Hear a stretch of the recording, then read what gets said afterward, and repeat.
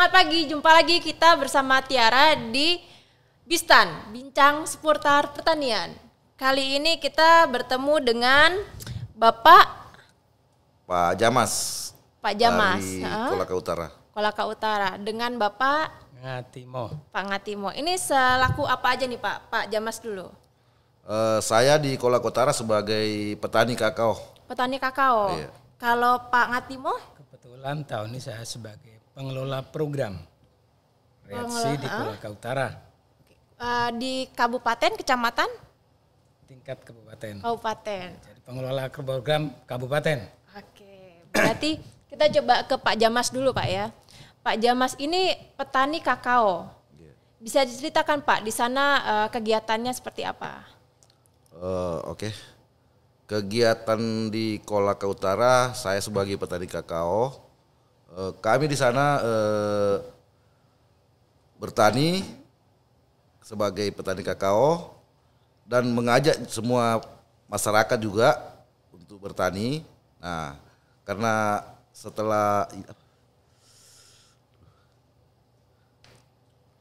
waktu itu saya istilahnya jadi petani juga. Nah, setelah jadi petani, saya dipercayakan oleh Reaksi untuk mengikuti programnya yaitu agronomi. Nah, saya terpilih juga di sana.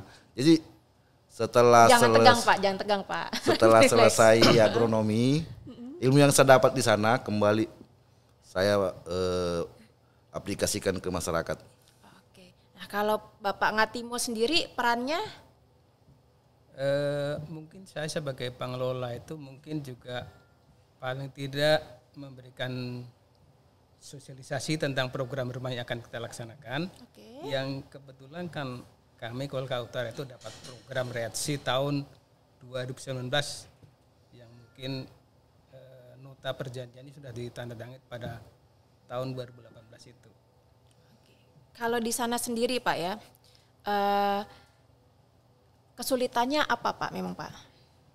Ya, pertama itu tentunya karena dalam hal ini kan program juga termasuk program baru dengan mekanisme dan pola yang baru juga bagi kami.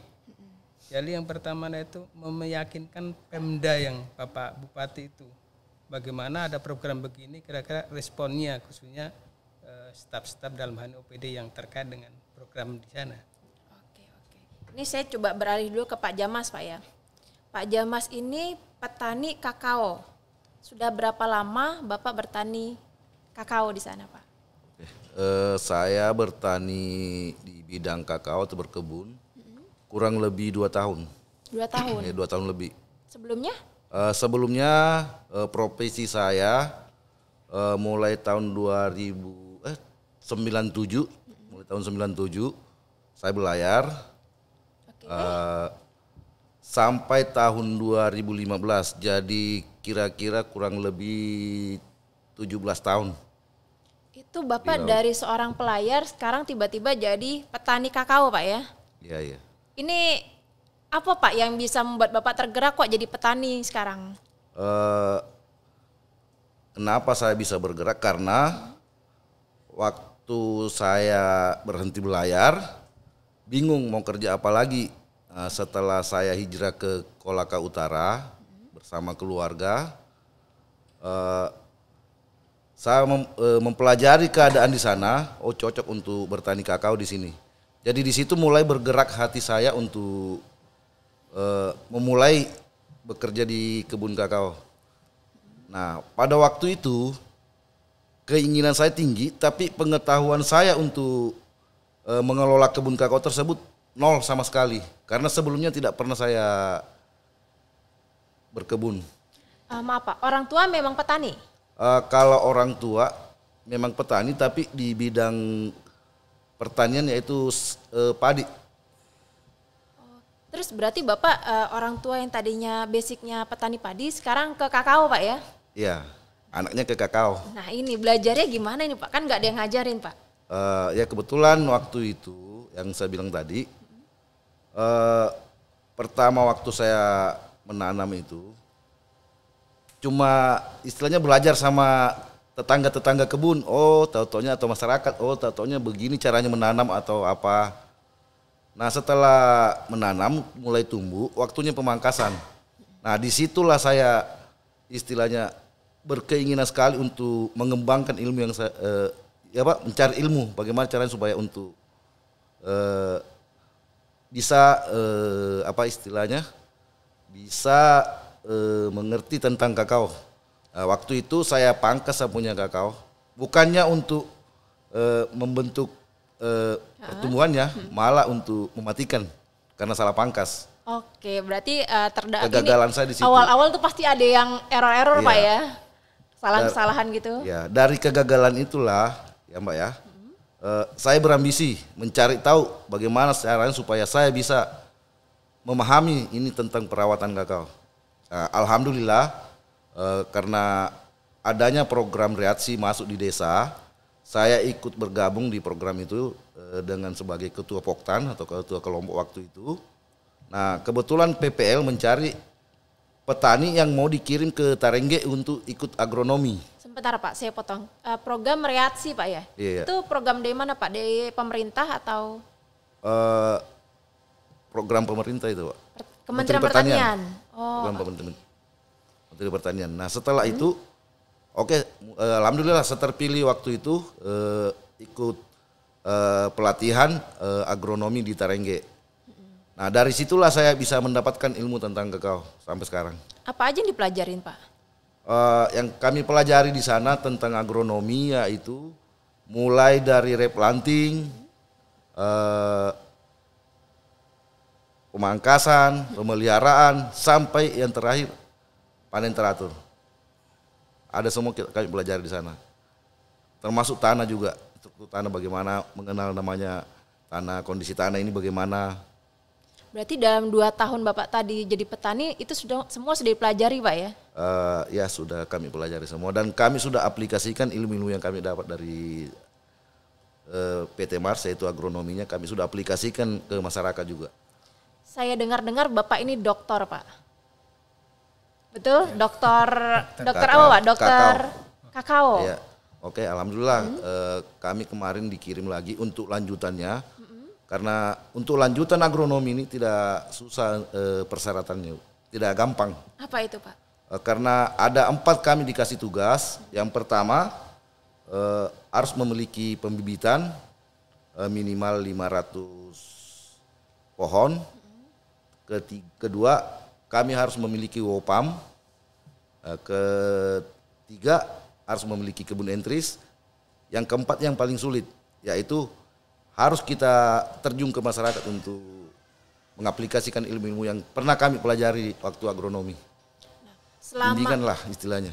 Selama Pak Djamas ini mengikuti program itu, apakah dari pemerintah sendiri ada bantuan atau didampingi seperti apa sih Pak? Ya, kalau dari kami selaku atasan pemerintah, tentunya mensupport saja bahwa memang tujuan mereka mengikuti pendidikan di Tarengge itu kan salah satu bagian tugas kami juga. Artinya untuk meningkatkan pengetahuan petani. Nah, saya paling tidak kalau ada informasi dari yang PT yang akan melaksanakan itu paling ya kita berangkatkan. Siapa yang mau, oke kita berangkat. Berarti dapat dukungan penuh Pak ya dari pemerintah kabupaten Pak ya? Iya Pak. Pemerintah kabupaten, alhamdulillah. Nah setelah Bapak sekarang jadi doktor kakao ini, apa sih bedanya sebelum Bapak menjadi petani pemula hingga sekarang jadi dokter? Dari Bapak sendiri ataupun yang Bapak tanam atau lingkungan Bapak nih apa bedanya Pak? Bedanya sebelumnya saya istilahnya dapat ini gelar ilmu saya itu untuk saya terapkan ke masyarakat atau diri saya sendiri susah sekali. Nah setelah saya mendapatkan ini alhamdulillah istilahnya keuntungan untuk pribadi saya ada dan untuk masyarakat pun saya bisa bagi-bagi ilmu tersebut. Masyarakat sendiri percaya gitu Pak karena Bapak sekarang seorang dokter atau memang masih sulit juga ngasih tahu mereka? Dari awalnya agak susah masyarakat percaya karena anggapan masyarakat saya ini tidak ada apa-apanya dibanding pengalaman mereka 90-an tahun. Karena Bapak baru? Karena saya baru. Okay. Nah, setelah saya mengaplikasikan ilmu di kebun sendiri, alhamdulillah masyarakat sudah mulai istilahnya ikut arahan-arahan. Nah, setelah saya juga selesai agrobisnis, karena baru-baru ini saya belum bisa menjamin bahwa apakah masyarakat lebih percaya atau tidak. Tapi insya Allah saya akan berusaha mengambil hati masyarakat supaya percaya sama saya. Berarti beberapa petani lain sudah mulai percaya Pak ya? Alhamdulillah sudah selesai. Emang tampilan seperti apa sih Pak sekarang kebun Bapak nih? Kok mereka sekarang sudah bisa percaya padahal baru 2 tahun? Tampilan kebunnya alhamdulillah dibanding kebun yang lain. Hasilnya apa itu? Hasilnya sudah lumayan memuaskan karena semacam kebun wopam saya itu umurnya kurang lebih 2 tahun. Mulai dari panen pertama sampai sekarang sudah menghampiri 1 ton. Oke. Rasanya.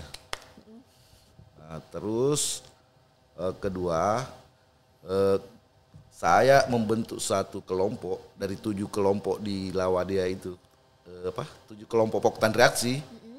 Disitulah saya menarik perhatian petani bahwa saya istilahnya betul-betul bisa untuk membimbing masyarakat. Karena kelompok tersebut sudah mulai terkenal sekarang, yaitu kelompok Kakadel lah namanya. Kakadel lah. Iya. Apa itu Pak?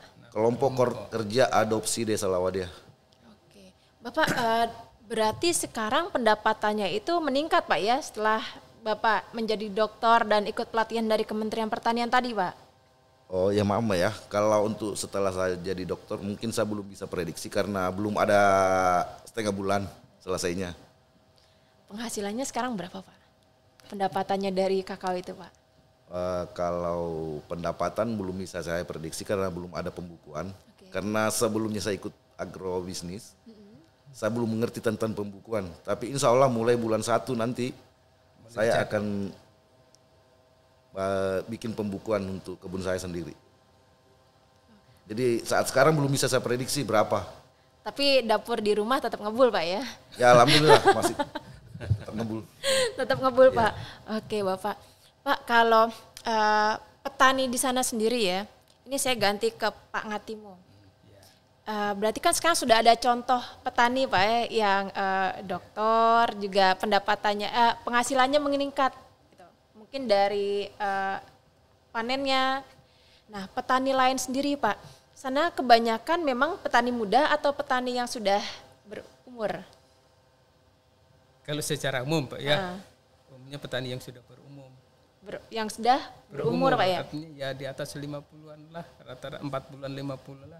Nah dari pemerintah sendiri ada membantu petani-petani seperti Pak Jamas ini memperkenalkan ke petani lain supaya sebagai contoh gitu nggak sih Pak? Jelas. Ya, kan itu tadi saya bilang bahwa ketika ada pihak ketiga yang memberikan pengetahuan pendidikan terhadap petani-petani kami kan 100% saya support. Okay. Nah, kemudian ketika mereka sudah nampak ada hasilnya, paling tidak kita informasikan itu contoh yang baik itu di sana itu loh. Bukan caramu bukan begini, tapi berubah begini. Gimana hasilnya? Nah, tentunya yang saya bilang tadi bahwa memberikan motivasi mereka untuk berubah sikap itu tidak segampang apa yang kita bayangkan. Dengan karakter petani kita yang tadi usianya sudah lanjut tadi itu, karena memang mereka itu kalau kita hadapkan dengan petani yang apalagi baru seperti contoh sederhananya Pak Jamal bahwa kemarin baru sekian tahun mengelola ini kok sumur jagung Pak ya? Iya sudah harus mencontoh ke situ bulan apa dia tahu dia, nah saya sudah bertahun-tahun kerjaku ini, itulah merubah sikap yang susah. Tapi diharapkan dengan sekarang munculnya Pak Jamas ini yang memang bisa membuktikan secara langsung Pak ya. Ya, paling tidak mudah-mudahan mereka juga termotivasi, khususnya generasi yang masih agak muda-muda, bahwa kalau kita berusaha tani khususnya kakao, kalau kita tangani dengan bagus, ternyata juga bagus hasilnya. Bukan hanya kita mau jadi pegawai atau apa. Tapi itu ya secara umum petani kita memang. Secara umum di sana. Ya. Nah, kembali lagi ke Pak Jamas. Bagaimana Pak cara Bapak nih ngajak teman-teman di sana Pak? Cara saya saya juga memang sudah merencanakan untuk memotivasi teman-teman petani yang ada khususnya di desa saya dulu.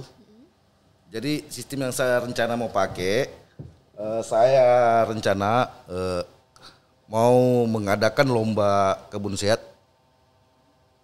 Kebun sehat. Kebun sehat. Jadi sistemnya kebun sehat itu kan kebetulan sudah ada wadahnya untuk mengadakan lomba itu, yaitu kelompok yang saya bentuk di sana, yaitu Kakadela. Jadi Kakadela itu rencana mengadakan lomba kebun sehat. Lomba kebun tersebut ada 2 versi. Pertama di tingkat desa, di desa kami, Mbak ya. Yang pertama perorangan atau individu, kedua kelompok. Jadi rencananya saya kalau memang pemerintah setempat mau mendukung, terus Reaksi juga mau mendukung, dan pemerintah daerah pun yang berkaitan dengan pertanian mau mendukung, oke, mungkin saya bisa, karena program yang saya rencanakan itu membutuhkan dana juga. Jadi rencananya saya mau adakan lomba kebun sehat.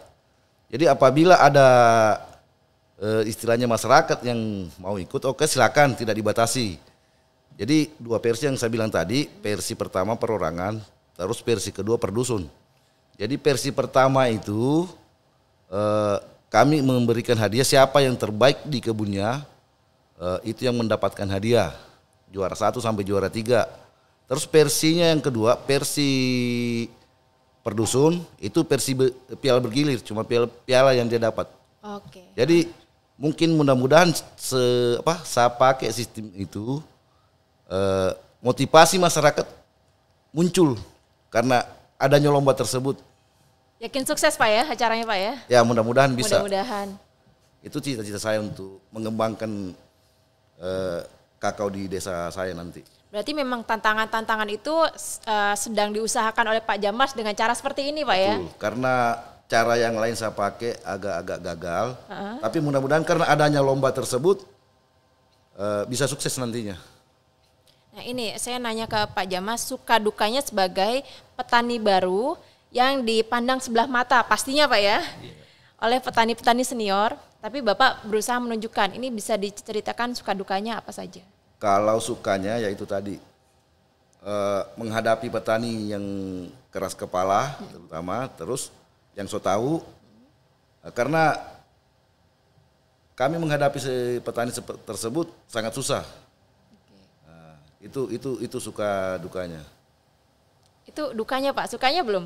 Sukanya orang kami setelah istilahnya bergabung di Reaksi, terus selesai juga agrobisnis dengan agronomi dengan bisnis. Sukanya di sini bisa menjalin silaturahmi sama teman-teman yang penggiat kakao yang ada di Sulawesi Selatan, Sulawesi Tenggara, khususnya untuk Kolaka Utara. Nah, itu sukanya.